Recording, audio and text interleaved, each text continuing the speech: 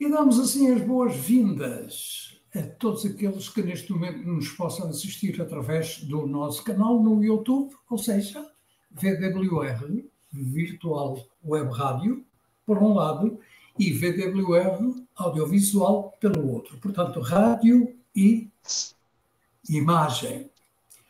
Portanto, meus amigos, minhas amigas, nós estamos já dentro do estúdio virtual e vamos dar as boas-vindas.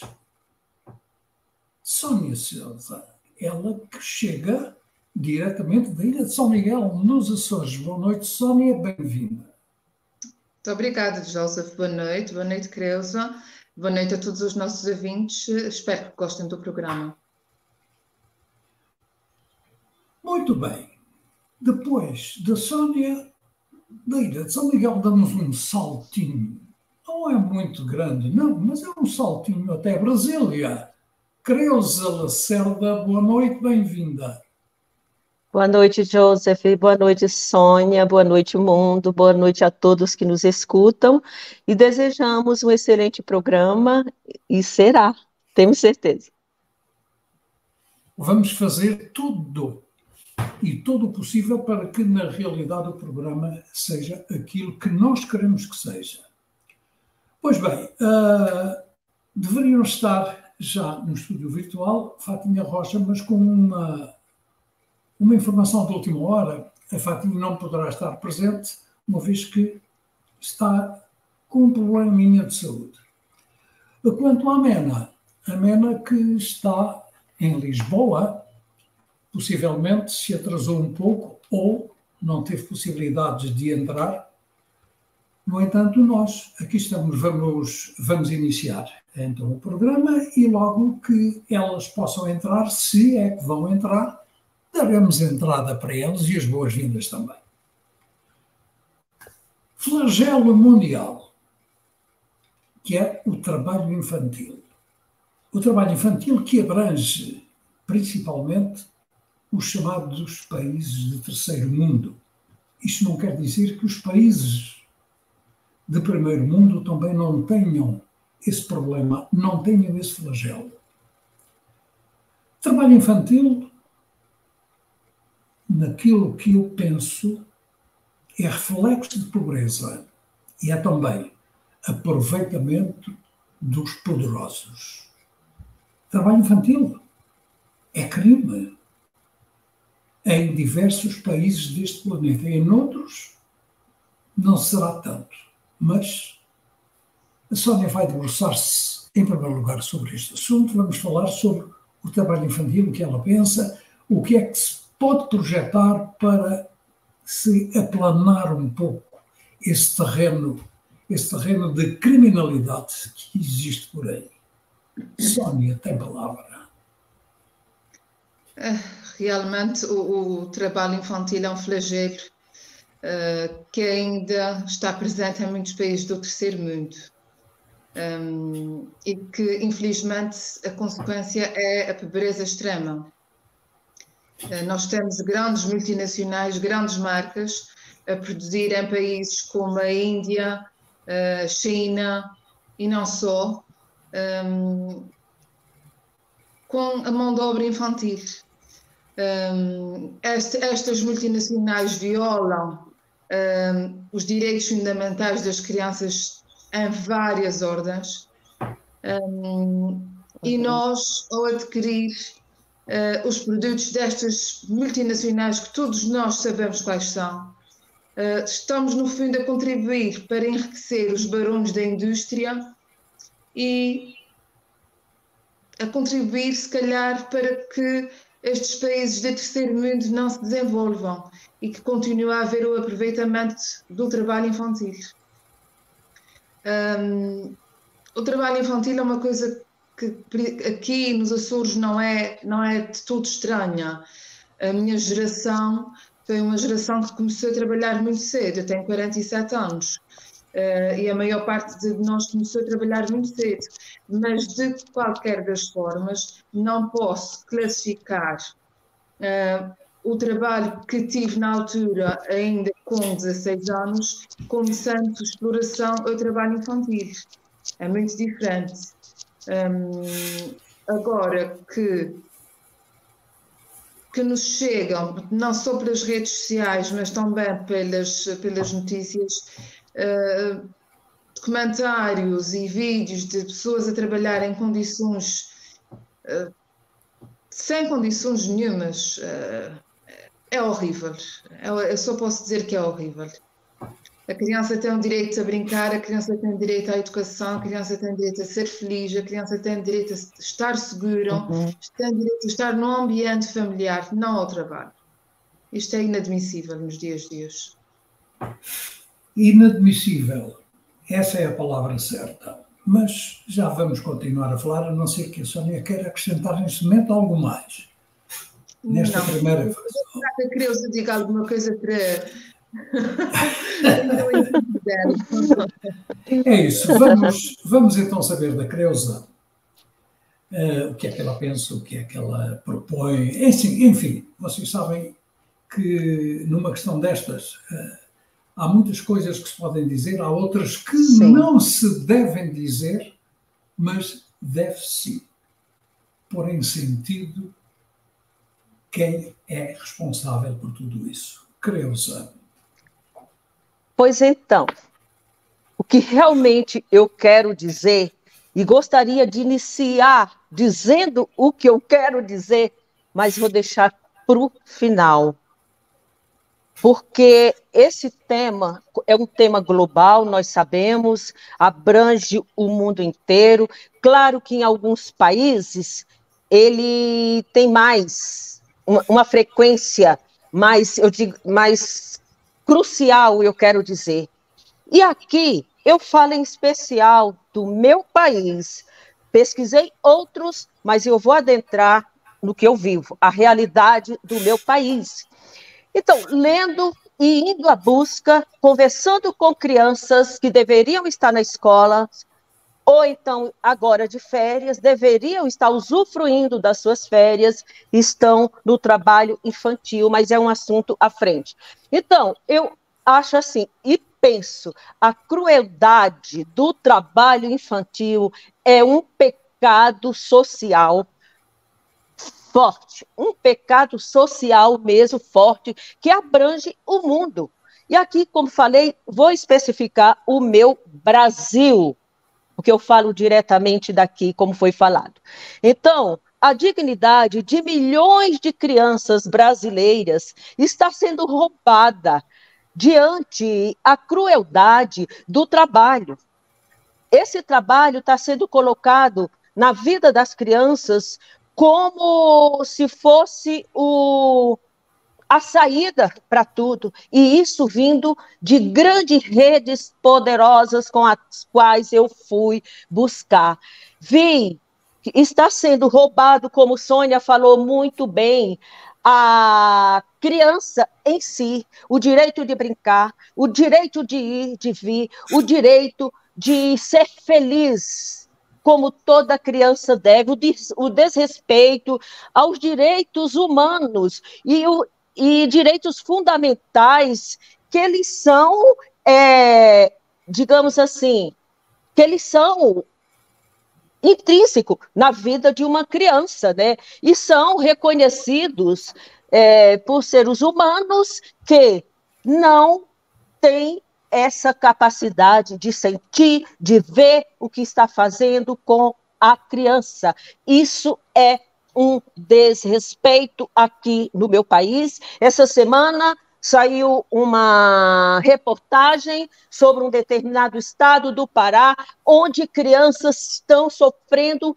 trabalhando em carvoarias, entendeu? Em trabalho desonestos, praticamente gratuito, patrões que não pagam, é uma vergonha para o meu país, para o governo. Eu acho isso uma disparidade digamos, de sentimentos, um governo que não tem sentimento, e falo abertamente para o Brasil e para quem escutar, porque eu estou aqui, eu fui à rua, eu vi o trabalho humano. Então, eles fogem de uma forma e não dão prioridade. E por essa causa, né, eles culpam as famílias, fui a família também, o governo culpa a família culpa o governo. E aí? Onde está a resposta correta? Eu fui à rua, eu fui aos semáforos, conversar com crianças vendendo balinhas, vendendo, e perguntei, como é suas férias? Não tenho férias, senhora. Por quê? Porque meus pais são pobres, falta alimento, falta isso, falta isso. Um me convidou para ir à casa, não era muito longe. No outro dia combinei, fui à casa dessa criança. Ele me mostrou onde estuda e por que que ele tem que trabalhar. Aí você pergunta, é por imposição dos pais? Muitas vezes, sim. Muitas vezes, os pais pegam o pequeno percentual que o governo paga para manter os filhos na escola até aos 16 anos, ele pega aquele dinheiro, vai para o bar, beber, e não usa o dinheiro para o qual foi destinado. E a criança tem que ir. Me confessou, eu não fui à casa. Meu pai recebe, minha mãe recebe tanto para nós ficarmos na escola, mas nós não vamos, temos que vir todos os dias vender.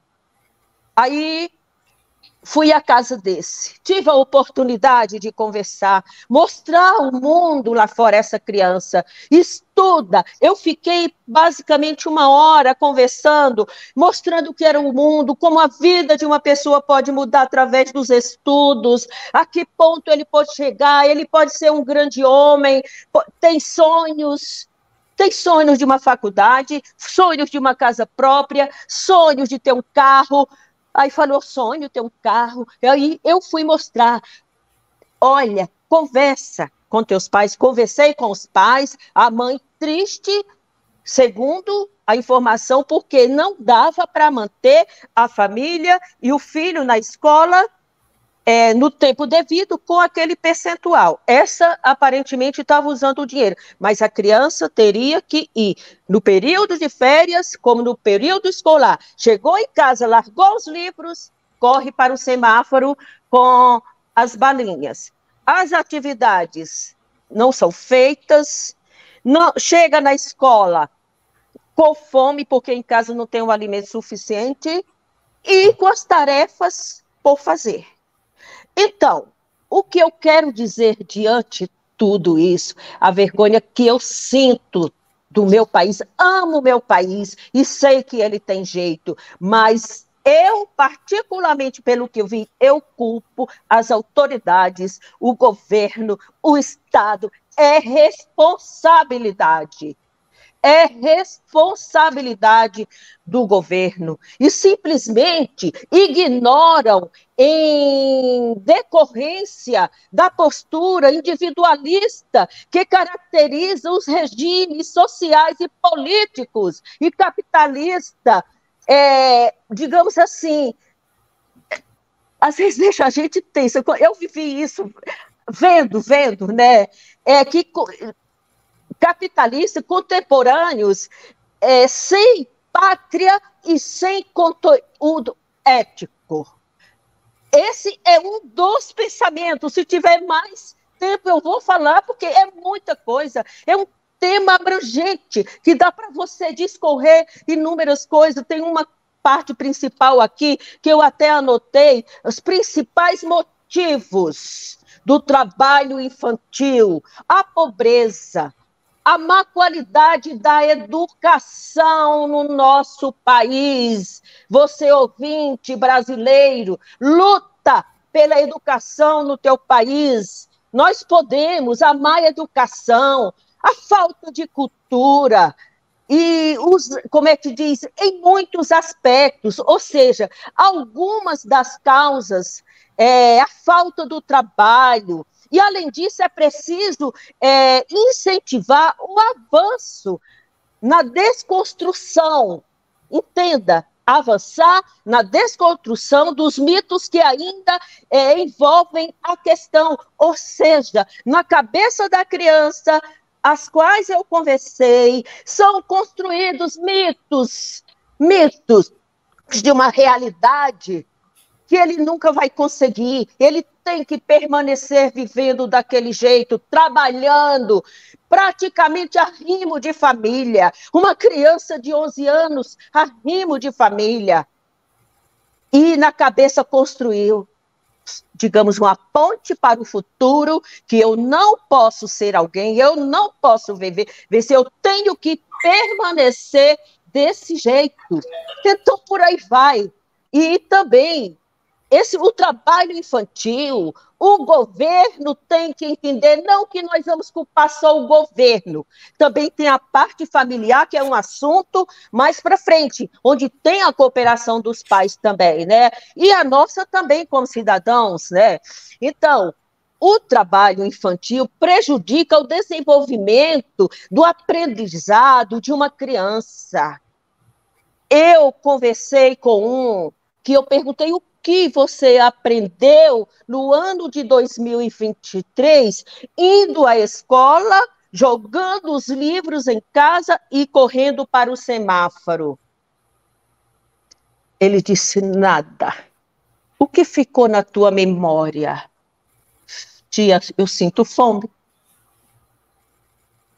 E o que você vai responder para uma criança que diz isso? Aí eu vou entrar num assunto que seria mais à frente. Uma das orientações é que nós não compremos nada das crianças que estão ali no semáforo. Não ajudemos com nada, nem com a moeda.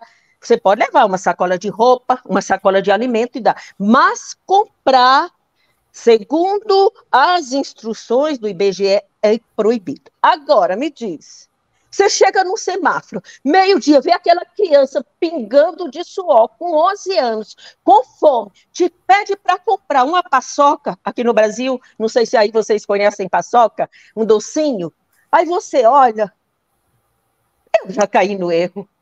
Não comprar, quanto? Vale tanto. Então tome tanto que paga 2, 3, fique aí, porque é de dar dó. É errado. Mas dói na carne. Você vê isso. E aquela criança olhar para você, oh, senhora, obrigada, a senhora me salvou. E por aí vai. É muito triste essa realidade. Exigir que a criança, digamos, concilie o seu trabalho excessivamente, né, a longo prazo e pesado, né, conciliar com a frequência escolar. Não há. Disse, quer falar com a minha professora? Quero. Aí me deu o telefone, eu liguei, e ela disse, quando ele vem à escola, eu tive que me identificar que eu estava fazendo uma pesquisa sobre o trabalho infantil. Ela disse, ele debruça na carteira, passa a aula, ele não sabe o que se passou. Então, o que eu vou dizer a você? Você, cidadão brasileiro, vai lá na Constituição, lê o artigo 7º, no inciso 33º, vai lá e vê o que se fala sobre o trabalho infantil, que é crime. É crime. Aquele cidadão, lá no Pará, está aí as manchetes no país, falando do trabalho dessas crianças numa carvoaria lá, praticamente gratuito no meio do sol, sem proteção nenhuma, para ganhar um mísero centavo. Aí como se diz lá no título, a ganância dos poderosos. É isso. Mas é isso. É isso mesmo. Pois bem, na nossa página do Facebook, quando lancei, portanto, o vídeo de informação acerca deste programa, acerca deste debate, houve uma cliente que entrou e que aquilo que ela disse, para mim, refletiu como se apoiasse o trabalho da criança. Eu disse-lhe a ela que eu respondi e disse-lhe que o que ela estava a dizer, o que ela estava a pensar, não é, na realidade, um dos temas, uma das vertentes deste programa, deste debate, porque ela falou, eu sempre fiz as minhas tarefas, etc, etc. Vocês podem calcular a conversa. Só que é preciso ver a questão de fazer as tarefas, a questão de não ser obrigada, mas achar bem que a criança continua a fazer aquilo que lhe mandam. Nós já aqui tivemos um debate sobre a felicidade da criança. A criança tem que ser feliz, não tem que trabalhar. Esta é a verdade nua e pura. Por exemplo, a Sónia falou que fez trabalho infantil. Eu também fiz trabalho infantil. A verdade é que a minha família era uma família muito pobre. Eu vivi muito tempo com os meus avós em São Miguel, enquanto a minha mãe estava com as minhas irmãs em Lisboa, trabalhando. E eu e o meu irmão estávamos em São Miguel, em casa dos nossos avós. Nunca fui obrigado a fazer qualquer tarefa. No entanto, quando chegava às férias da escola, aos 13 anos, eu ia à procura de trabalho, arranjava sempre trabalho. Por exemplo, naquele tempo, hoje há o chamado delivery, portanto as pessoas recebem em casa aquilo que encomendam. Naquela altura era um delivery também. O que é que eu fazia? Por exemplo, lembro-me, fui trabalhar numa mercearia em que logo de manhã, a primeira coisa que eu fazia era correr uns determinados clientes, tomar nota daquilo que eles queriam, levava para a mercearia e depois, numa carrocinha puxada por mim, eu ia levar as compras lá. Mas é preciso ver. Isto não era trabalho infantil, mas não era trabalho escravo, porque eu fazia isso porque eu queria ganhar alguns trocos. Naquele tempo não havia, não é? Naquele tempo não havia dinheiro. O meu avô era carpinteiro, que Deus tem, a minha avó era costureira, e eu e o meu irmão vivíamos lá em casa porque a minha mãe não tinha possibilidade de ter os 4, e em Lisboa estava ela a trabalhar e estava com as minhas 2 irmãs. Bom, é preciso ver. Trabalho infantil, ele acontece muito por aquilo que já aqui foi dito.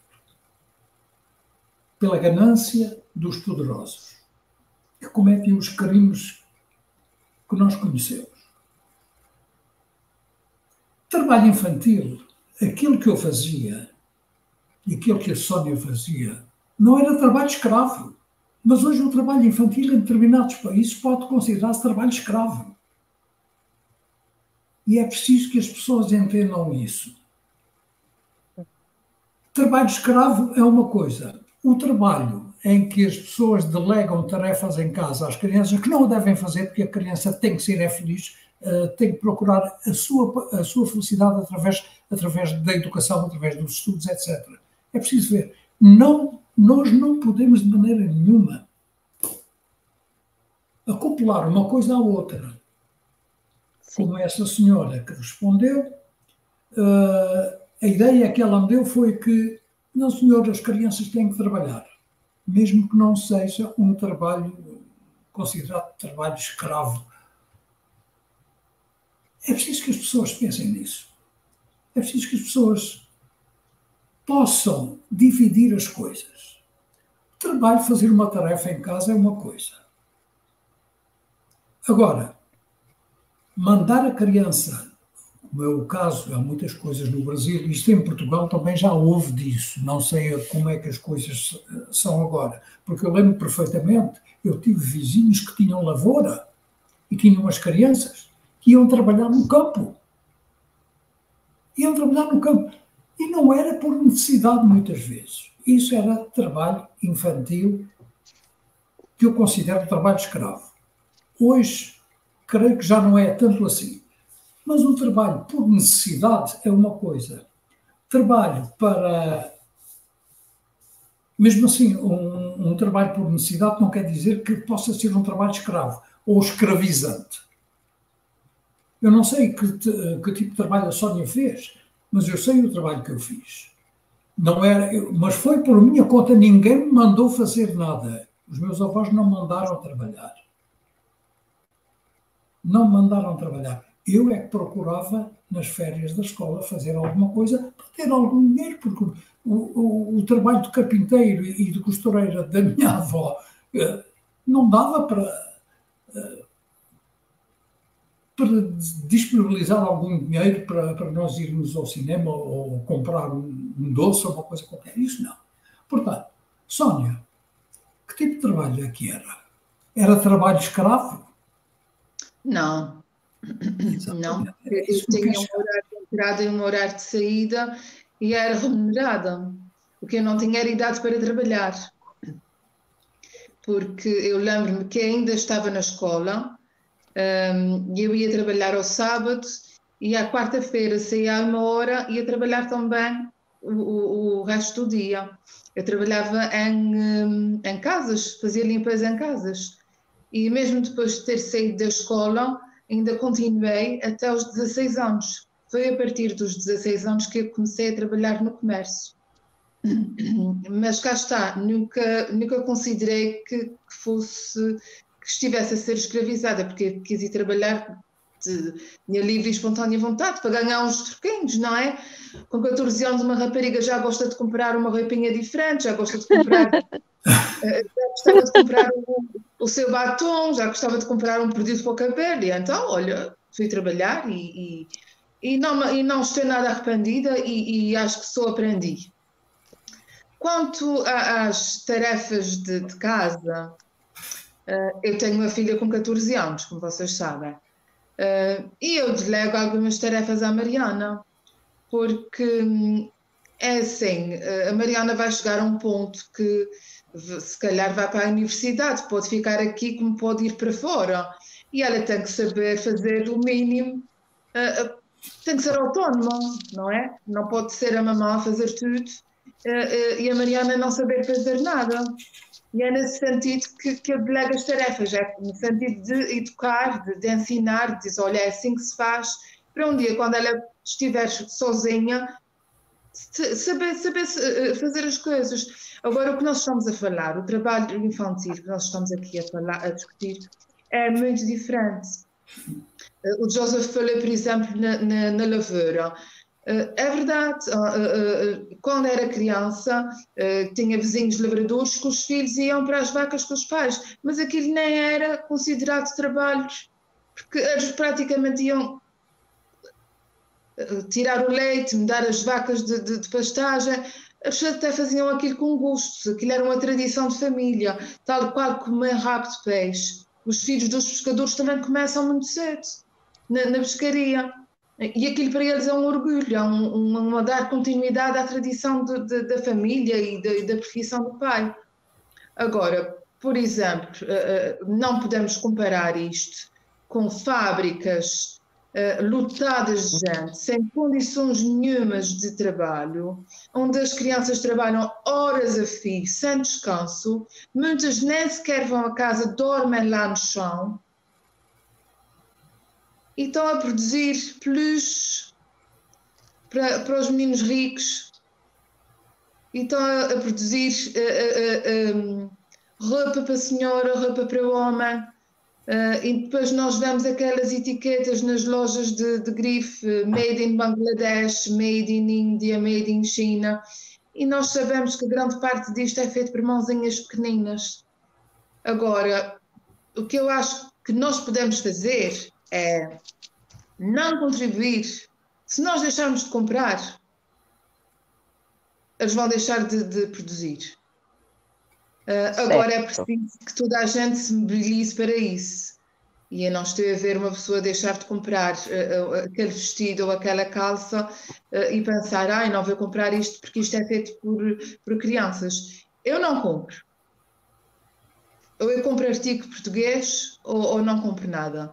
Agora, vai ser muito difícil as pessoas porem isto na cabeça e fazerem um boicote a estas empresas e a estas multinacionais, é muito difícil.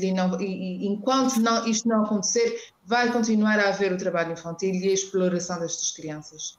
Sempre vai haver, sempre vai haver. E isso é culpa, precisamente, e como a Creusa referiu, é culpa dos governantes. Os governantes, claro. É a culpa de quem governa os países, é a culpa de quem faz as leis. Porque se houver uma lei que proíba, aliás, elas existem, só que essas leis não são cumpridas. Não são cumpridas de maneira nenhuma. Mas se houver uma... porque há países que não... Por exemplo, aqui nos Estados Unidos, se houver uma criança que seja obrigada a ir fazer uma coisa que não está dentro das atribuições de uma criança, principalmente em termos de escola, aí vai ter grande problema. O que é preciso é legislação, é preciso fiscalização para que essa fiscalização vá aos locais e ponha cá para fora, na realidade, aquela verdade que existe, que é o trabalho infantil, para que os senhores possam ganhar mais dinheiro. Portanto, pagando uma criança não é o mesmo que pagar um adulto. Eles não querem pagar um adulto e aproveitam as crianças. Mas se houver uma lei rígida, em que proíba, em que os mande para a cadeia, o trabalho infantil vai ser muito mais suavizado em cada país. Mas isto é outro crime de colarinho branco. Exatamente, é isso que estamos a falar. Estamos a falar no governo, estamos a falar nos governantes. Estes nunca são punidos. Graças a Deus tenho a sorte de viver num país onde o trabalho infantil já não existe. Nós já não vemos trabalho infantil. Agora vemos uma outra realidade, que é os jovens a não querer estudar, a terem a oportunidade para estudar e não quererem, que é terrível também. É outra coisa. Por exemplo, no meu tempo, a escola obrigatória era até à 4ª classe. Portanto, a instrução primária, 1º, 2º, 3º e 4º ano.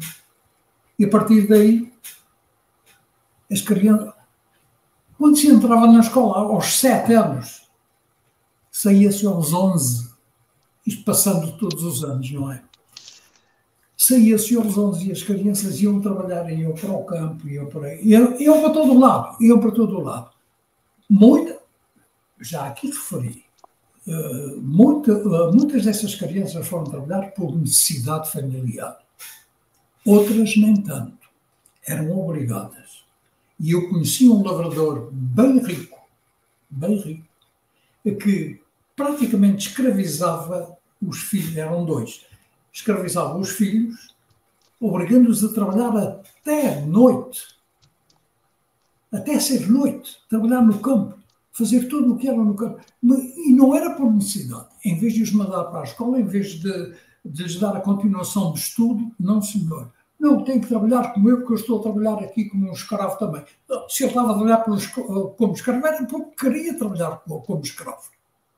Não tinha que delegar a sua escravidão ou parte da sua escravidão à criança.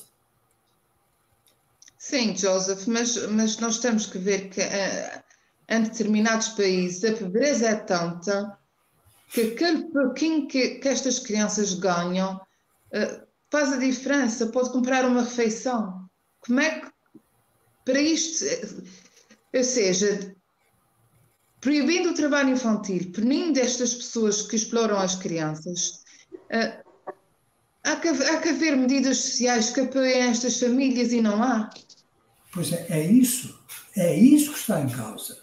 É isso que está em causa. Se as crianças se veem, ou se as famílias veem a necessidade das crianças irem trabalhar, é porque não há um apoio social, não há um apoio governamental, não há linhas de conduta para que o trabalho infantil seja completamente excluído da vida das pessoas, que seja completamente excluído de uma nação que se preze chamar por nação e por ter, vá lá, amplitude social que possa abranger e que possa erradicar por completo essa pobreza que existe por aí. Creio que a Creusa tem algo mais a acrescentar sobre o assunto. Sim, eu quero acrescentar algo sobre o que o Joseph falou anteriormente, algo muito verdadeiro e positivo, como que o Sônia falou também, sobre a criança realmente não tem casa e é uma ajuda, mas aí eu vou entrar agora no que o Joseph falou sobre realmente não se pode privar a criança de frequentar a escola ou obrigá-la, digamos assim, a abandonar os estudos prematuramente para que essa criança vá desenvolver esse trabalho lá em qualquer parte, seja numa cavoaria ou num trabalho como nós estamos, que o assunto é o trabalho infantil e a retirada, digamos assim, da criança da sala de aula. E achei importante a colocação da Sônia, eu vou de encontro ao seu pensamento, porque eu conversei com crianças dessa forma, né, que não tem saída ou passa fome, não tem o jantar, compreendeu? Tem o almoço, mas não tem o jantar. Ele vai lá, vende aí 10, 15 reais de docinhos, ou a menina os paninhos de pratos, aí dá para comprar uns ossinhos para fazer uma sopinha para o jantar. É a realidade.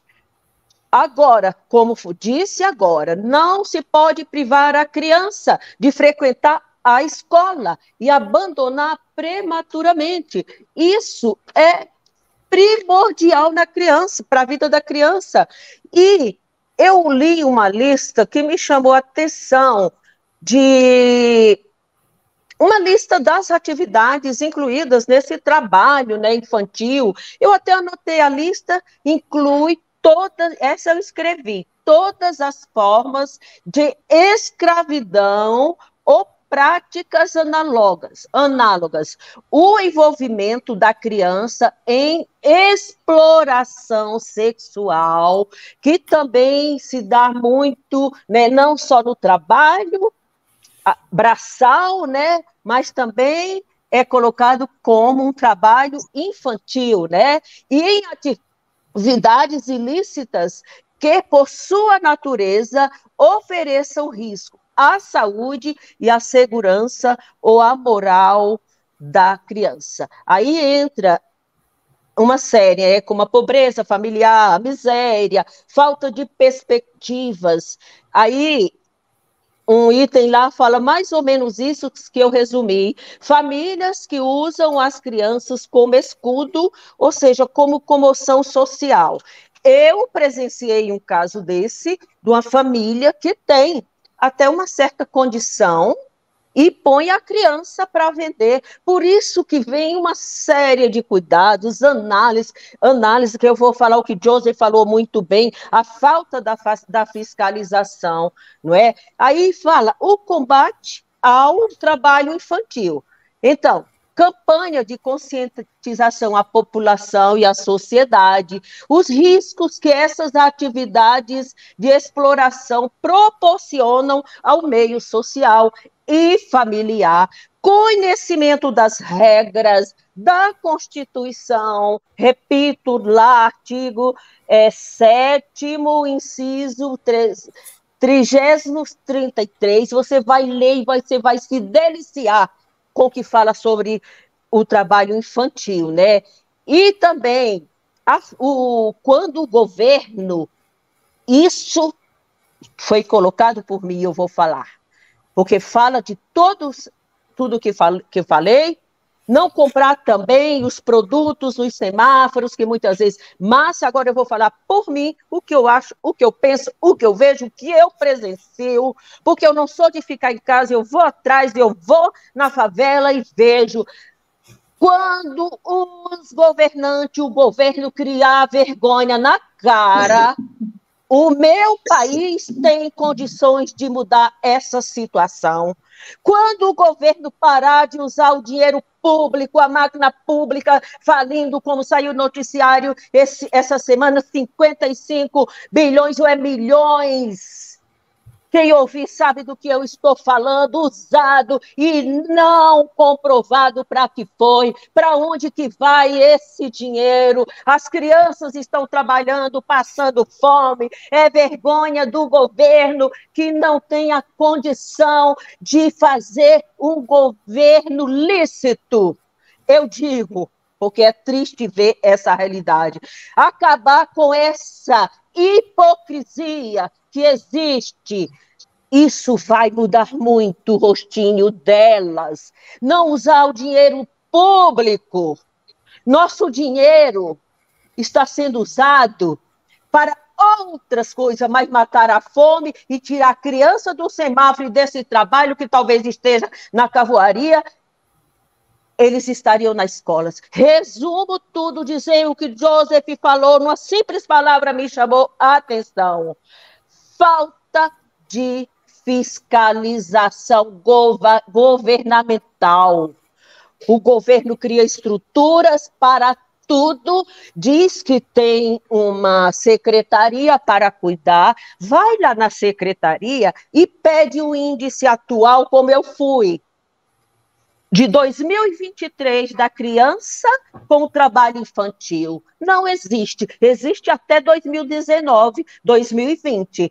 Daí para cá, até 2021. Mas 2022, 2023 não existe o índice. Eu queria saber o índice do trabalho infantil no Brasil. Ninguém me passou esse índice, eu me baseei nos índices dos anos de 2022 para trás, 2021 para trás. Então eu digo, a culpa é do Estado, que não fiscaliza, não dá meios para que as crianças e as famílias possam se manter com o trabalho deles e manter os seus filhos na escola. É triste, como a Sônia falou, a fome de quem está lá, tem o almoço, não tem o jantar, eu vi. Se nós fôssemos continuar, teríamos muito o que falar. Mas me doeu, vou finalizar. Aquela criança que estava vendendo uma paçoca, alegria quando eu não comprei, mas dei. Errei, falei aqui, eu assumo meu erro. Mas o coração doeu, sabendo que eu ia chegar em casa e ia ter, na casa dele não tinha. Foi o que me convidou a ir à casa. E eu fui no dia seguinte. Aí é que está. As leis existem. Mas para que servem leis? Se o próprio governo não as faz cumprir.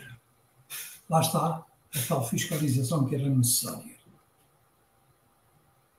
É preciso ver que uma criança na rua, para além do trabalho escravo, e aqui a própria Creusa já falou, isso dá caminho direto para a prostituição, dá caminho direto para as drogas, dá caminho direto para o roubo, para tudo aquilo que é de mal, que uma criança devia ser preservada portanto, dessas...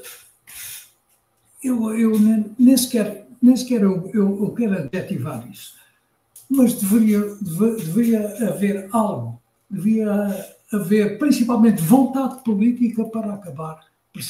Não é só com isso, porque os países, seja o Brasil, seja que país for, têm muitas coisas que é preciso aplanar, que é preciso criar, que é preciso para ajudar a que o país seja feliz. E um país, para ser feliz, tem que ter o cidadão feliz. E quando o cidadão não é feliz, quando o cidadão tem dificuldades, não vai haver felicidade nenhuma em qualquer país. Fiscalizar, fazer leis, fiscalizar, mas fiscalizar a sério, andar atrás e meter na prisão todos aqueles que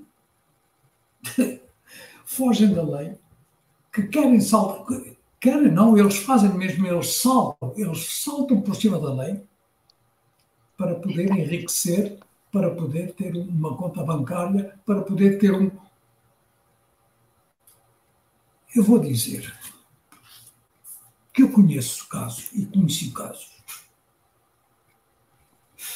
Toda essa gente faz o possível por ganhar dinheiro, tendo muito por ganhar dinheiro, para sustentar a casa, para sustentar os filhos, para sustentar a amante, que tem um carro melhor do que a esposa.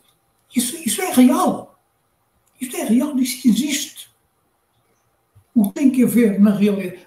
Mas lá está, é preciso que as pessoas tenham consciência. Por exemplo, agora em Portugal vai haver eleições em março. Mas será que as pessoas têm consciência do voto que vão pôr nas urnas quando existem tantos problemas. Tantos... E aqui em São Miguel vai ser no dia 4 de fevereiro. Vamos ter eleições também. Em fevereiro. Portanto, a eleição geral em Portugal é no dia 10 de março, salvo eu. Portanto, é preciso que as pessoas tenham consciência daquilo que vão fazer, daquilo que vão apontar, porque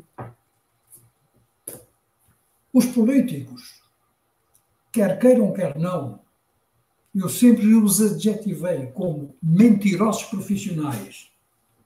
O pior é que o povo que é ignorante, o povo que é ignorante relativamente à política e não só, vai continuar a pôr no poleiro precisamente aquele que lhes roubam. Aqueles que fazem tudo, mas tudo mesmo para prejudicar o povo em proveito próprio. Mas alguém tem dúvidas disso? Portanto, estamos a falar num assunto que é puxado pelo tema que nós aqui trazemos. Portanto, vai continuar o trabalho infantil. Estes governantes trafilhas, estes partidos trafilhas, que cá está, o governo regional que nós tivemos foi um governo de coligação, com mais 4 partidos. Que serviu para quê? Serviu para quê? Para pôr isto tudo pernas ao ar? Não, eles dividem-se. Portanto, quando eles se unam, quando os partidos que eu chamo, não chamo partidos, eu chamo quadrilhas profissionalizadas. Boa classificação.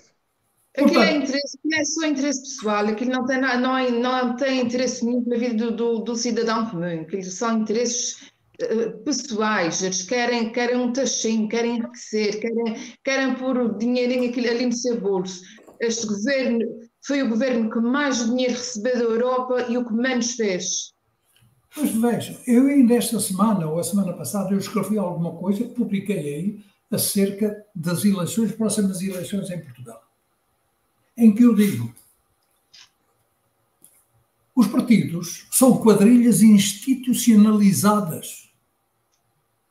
O povo tem que meter na cabeça uma coisa: cada voto que mete na urna para um determinado partido, esse voto tem um preço, esse voto tem um valor que reverte para os partidos, para além dos próprios partidos sentados na Assembleia votarem a tal subvenção partidária, que é precisamente o dinheiro do povo, o dinheiro dos impostos que o povo paga, vai ajudar essas quadrilhas a permanecerem no governo, a permanecerem nos pontos-chave e a roubar o povo, o próprio povo, aquele que já é roubado por si próprio.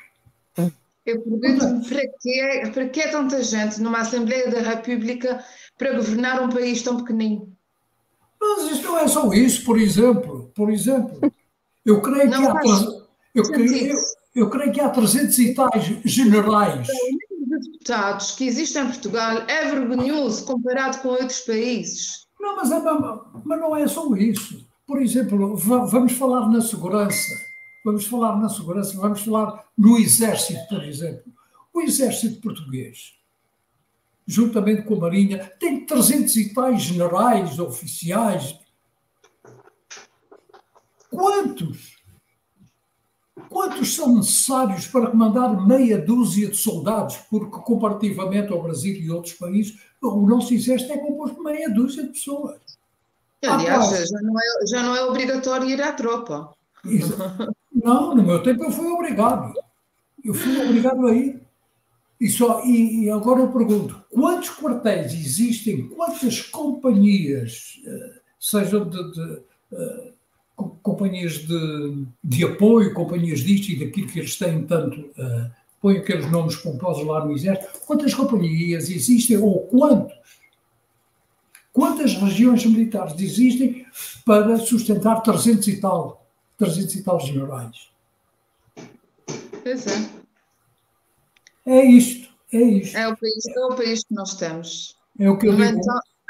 Ou ouvir a Creusa e ver como vir na voz da Creusa a indignação e a frustração por aquilo que se passa no Brasil, eu sinto-me muito afortunada por viver no país onde vivo, apesar de Exatamente, mas é que a intervenção da Creusa, embora relativamente ao Brasil, é extensiva a todo o mundo, é extensiva aos lugares onde existe a mesma coisa, onde existem os mesmos crimes, onde existem as crianças a passar fome, onde se compram armas para continuar com uma guerra. E o povo? Creusa. Sônia, isso é só um pouquinho. Digamos assim, nem 0,5%. E você vê a cara lavada, os depoimentos nos noticiários dos governantes.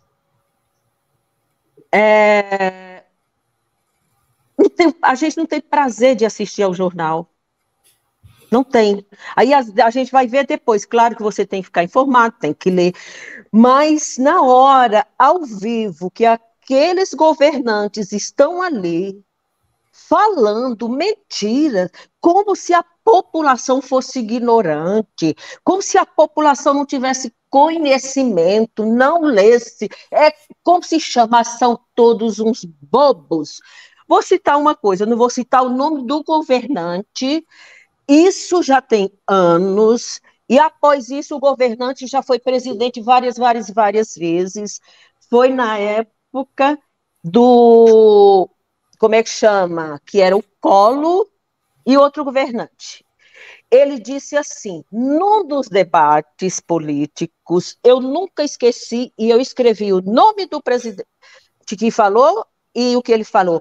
O povo brasileiro tem memória curta, porque ele se referia aos governos passados. Ele quis dizer que, naquele momento, o atual, que estava...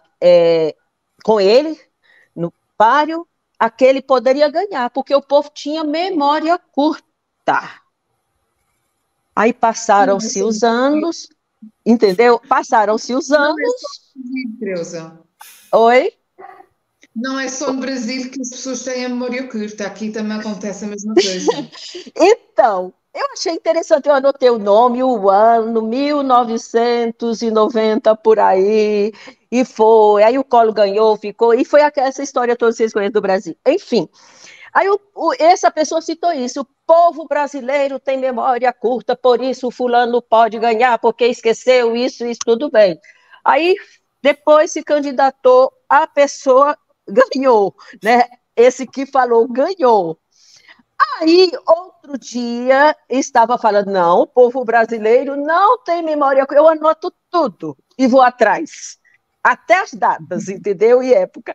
Aí, falou que o povo brasileiro não tinha mais a memória curta, porque já tinha se candidatado uma vez, duas tinham ganhado, e então o povo brasileiro era um povo centrado, tudo.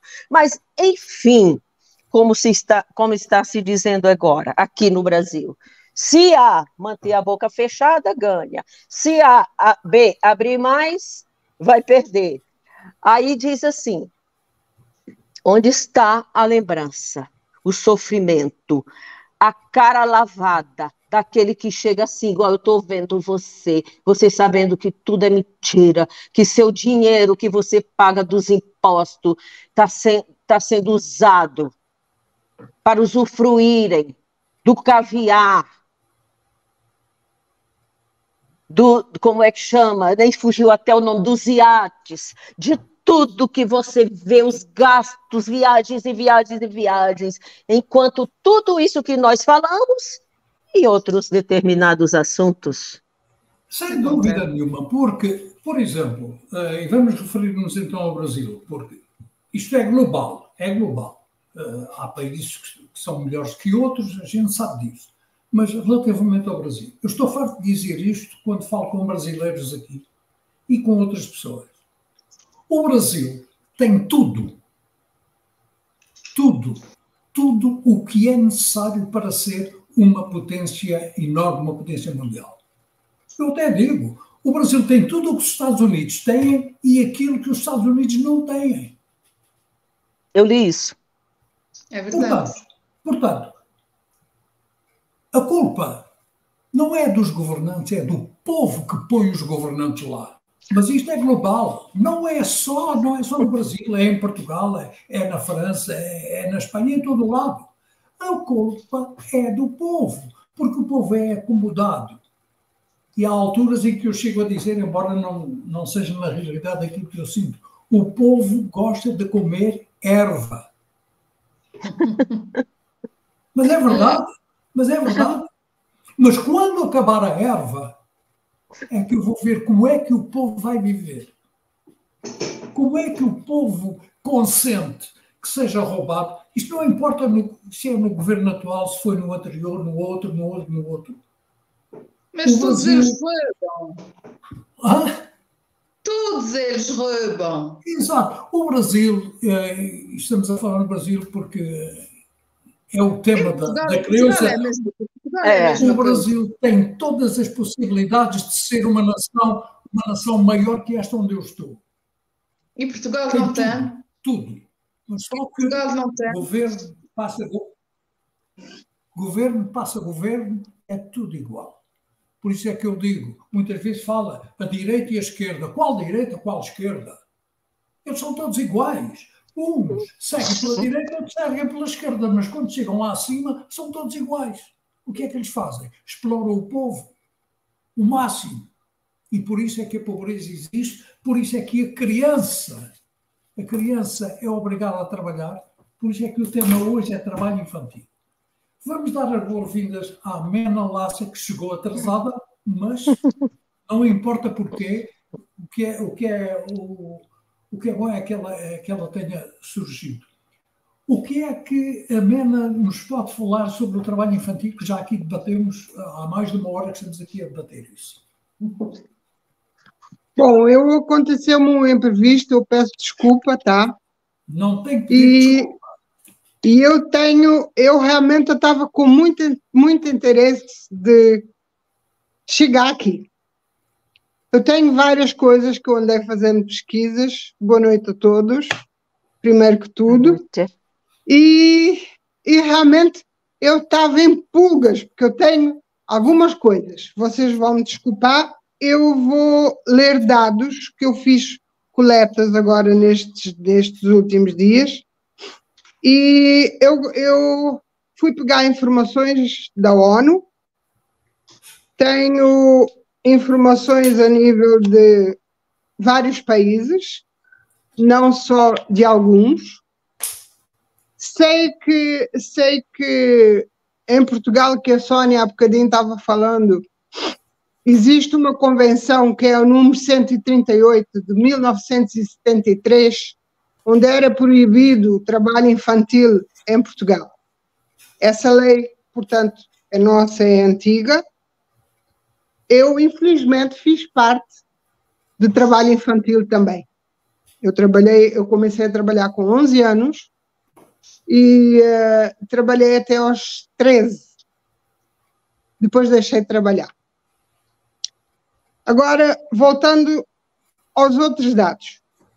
Segundo dados da ONU, do dezembro do ano passado, em primeiro lugar, 20% das crianças africanas, 72 milhões, trabalham com com trabalho infantil. Esses países são Angola, República Centro-Africana, Chad, Etiópia, Moçambique, Lesoto, Namíbia, Ruanda, Zâmbia, Zimbábue e El Salvador, na América do Sul. Atenção, no mundo são 250 milhões de crianças entre os 5 e os 14 anos. Em segundo lugar, a Ásia e o Pacífico. 7% são 62 milhões de crianças. Em terceiro lugar, as Américas, com 11 milhões. Depois temos Europa, com 6 milhões de crianças com trabalho infantil. Ásia Central e países árabes, 1 milhão. Valores globais de crianças que trabalham pelo mundo fora. Por incrível que pareça, nas Américas, tanto do Sul quanto do Norte, é 4%. A Europa e a Ásia representam 3% a nível do mundo. Depois temos a Índia, que é um dos países mais populosos do mundo, junto com a China. É proibido, por incrível que pareça, apesar de terem tantas dificuldades, é proibido trabalhar na Índia crianças com menos de 14 anos. Só podem trabalhar se forem empresas familiares. A China é um caso à parte. Eles não têm direitos, então seria um caso à parte. Depois temos atividades de risco. Vamos chegar agora a um ponto, que é o ponto que eu disse e que eu já tinha avisado o Joseph. Eu tenho 19 anos de Brasil seguidos, agora no Rio de Janeiro. Então é assim, no dia 20/12/2023, o IBGE colocou como tendo brasileiros, 4,9% de brasileiros entre a idade de 5 e 17 anos, o que representa mais ou menos 1.900.000 e mais de 700.000 em atividades de risco e perigosas. No total de 38 milhões de crianças que exercem funções entre, como é que chama aquela coisa? Atividades com produtos químicos, maquinários e exploração mineral, portanto, de minas, em Minas de Ouro, realmente são as grandes produções brasileiras. Isto foi o que eu consegui coletar dentro da pesquisa que eu fiz. Acho que nós não conseguimos erradicar esses níveis de pobreza que representa. Me surpreendi muito, foi com uma informação a nível dos Estados Unidos, que atualmente tem um índice de 4% de crianças com trabalho infantil, sendo que tem alguns estados americanos, são 50 estados, os estados americanos, tem 14 estados americanos que estão pleiteando a diminuir as idades mínimas para trabalho, e onde 8 estados já têm leis próprias para trabalho infantil. Isto me surpreendeu muito. Eu estava ansiosa porque eu sabia que eu tinha dados que talvez não tivessem procurado ou não tivessem visto. Isto era a minha parte em termos de depoimento. Eu tenho algumas outras coisas em termos de Brasil, mas só se alguém ou a Creuza entrar nesse assunto. A Creuza já entrou, o assunto principal da Creuza, embora o tema seja global, o assunto principal da Teresa foi focar-se no Brasil, mas não sei o que é que a Mena possa ter e o que é que a Creuza também possa dizer ou fazer. Eu vou ter que sair, porque eu tenho uma atividade aqui. Muito bem. Não. Muito bem, Creuza. Muito obrigado pela participação. Na próxima semana haverá outro tema para se poder debater. Eu fico até o final se não for prolongar, né? Sim. Bom, depende daquilo que a Mena quer falar agora. Em termos de Brasil, nós temos uma dificuldade muito grande, realmente, com os salários mínimos que se tem no Brasil. É impossível, muitas das vezes, as crianças não trabalharem. Não justifico, porque desde o governo de Fernando Henrique Cardoso, que existem alguns programas que foram iniciados por ele e que a posteriori outros governantes disseram fui eu que fiz, não, única e simplesmente só lhes mudaram o nome. O programa do Bolsa Família, que é chamado Bolsa Família atualmente, ele foi criado com outro nome, ele foi criado com um nome de apoios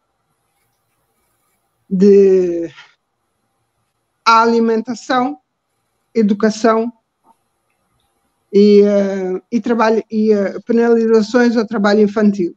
Foram efetuadas em 2001, na época do governo de Fernando Henrique Cardoso. A bolsa de estudo era colocada de maneira de que, e a Creuza deve se lembrar disso, porque nós somos mais ou menos da mesma idade,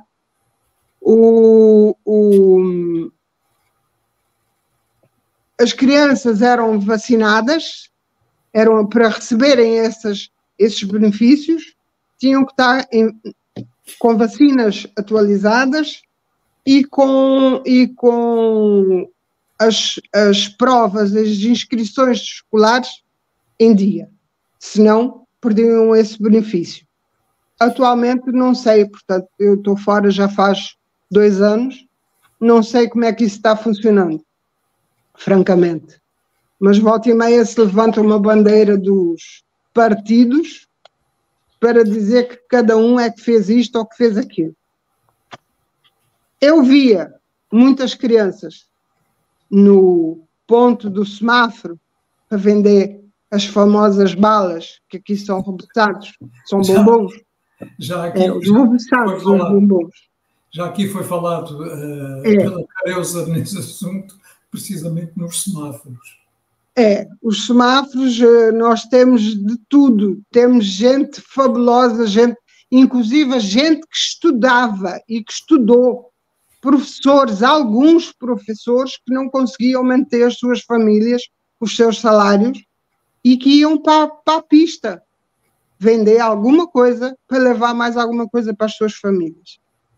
Em Portugal, eu falo por Lisboa, portanto, a nível do continente, não sei como é que é nos Açores. Em Portugal, eu não vejo tanto isso. Eu acho que as únicas crianças que eu vejo mais e que vejo trabalhando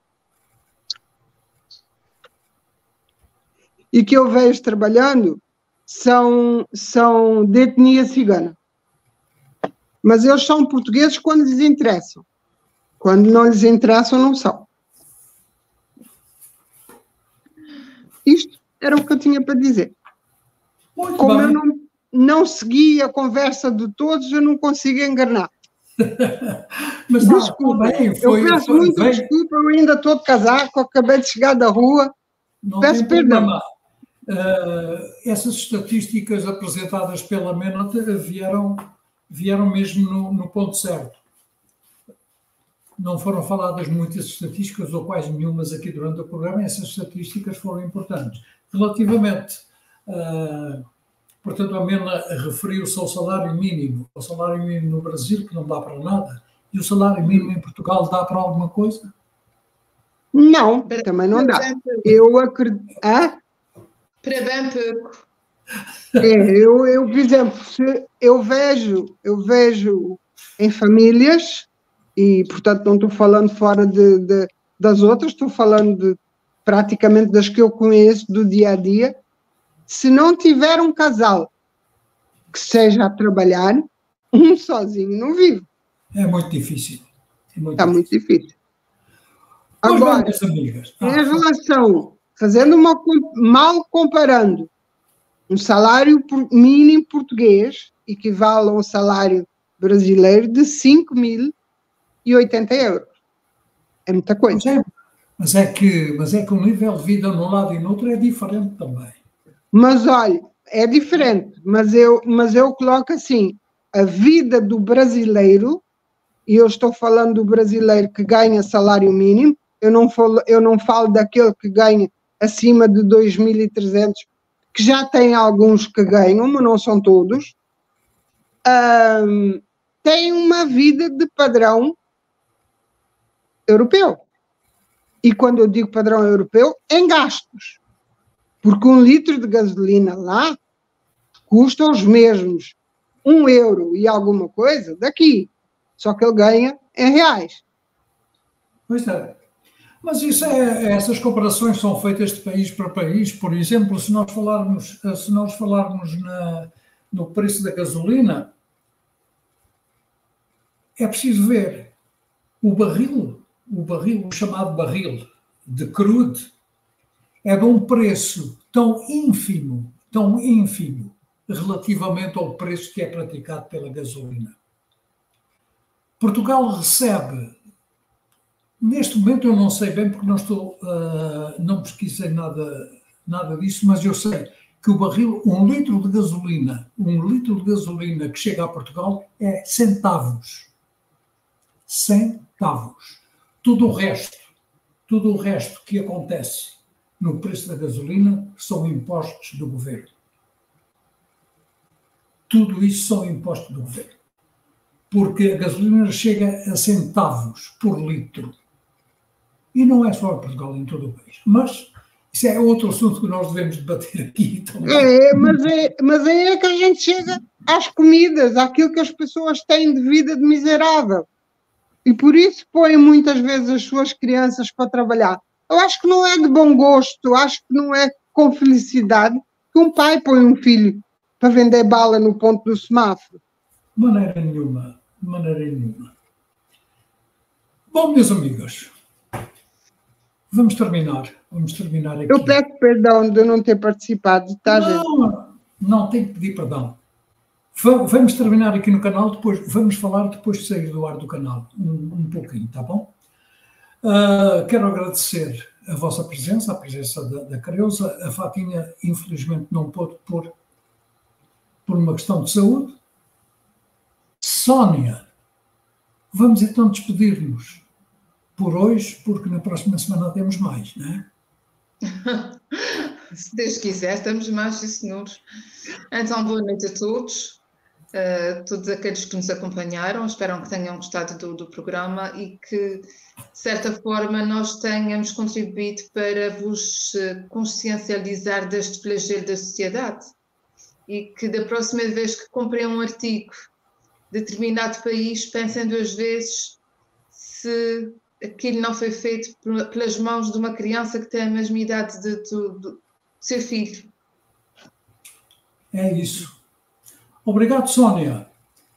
Mena. Olha, eu agradeço terem facultado a entrada mesmo assim tão tardia. Desejo a todos que veem este canal que tenham pelo menos uma luz, porque nós não estamos aqui ensinando ninguém. Nós às vezes o único e simplesmente podemos é dar voz às vontades que as pessoas têm e que de certa forma eu também me sinto inibida perante uma câmara, mas que de uma forma ou de outra tento passar esse constrangimento e faço e apelo mesmo, gente, tenham consciência daquilo que a gente está fazendo às nossas crianças, porque se eles são o futuro, nós já passamos um tempo e as oportunidades são para eles e não para nós. Exatamente. É consciência, é acreditar no amanhã e que amanhã é um futuro que a gente não sabe para quem, mas pode ser um futuro para qualquer um. Obrigado, Mena, pela conferência também. Chegou tarde, mas chegou bem. Para os nossos ouvintes da rádio nós vamos despedir-nos daqui a pouco. Vamos então encerrar aqui a transmissão no canal. Na próxima semana contamos convosco. Então, até lá. Obrigado. Até lá. Bom final de semana. Obrigado, obrigado.